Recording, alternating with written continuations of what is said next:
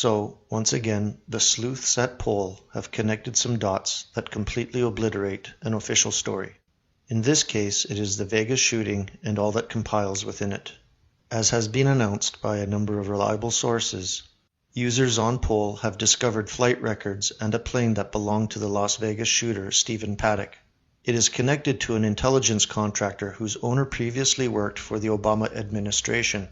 Thanks to Barack Obama and Hillary Clinton, ISIS agents are now operating within the United States buying weapons probably to use in terror attacks on American soil.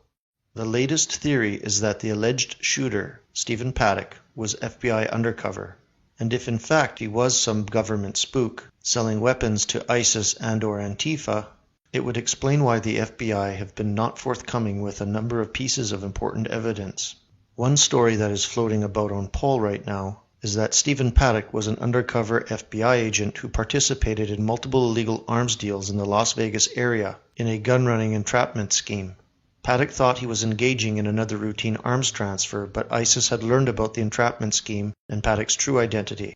They killed him and carried out the massacre and then either fled the scene or their bodies were removed by the FBI prior to the story.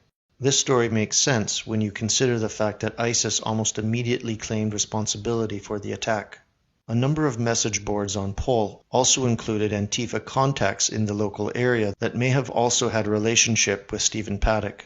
These possible outcomes within the evolving storyline of this event only reaffirm what many of us in the research underworld have claimed for several years now, that ghost branches inside the US government's deep state are quickly arming terrorist cells by filling suburban basements with millions of guns. Some of these fifth columns are posing as ISIS, but many more have become affiliated with Antifa in preparation for an urban-rural domestic battle being manufactured by the political elite.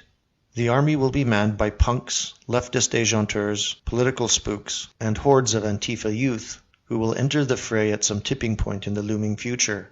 And their targets will be anything that looks like those normal, traditional heritage Americans massacred in Las Vegas this week. So don't pass off this latest event as some random sad affair. Expect it and its target victims to become the new normal.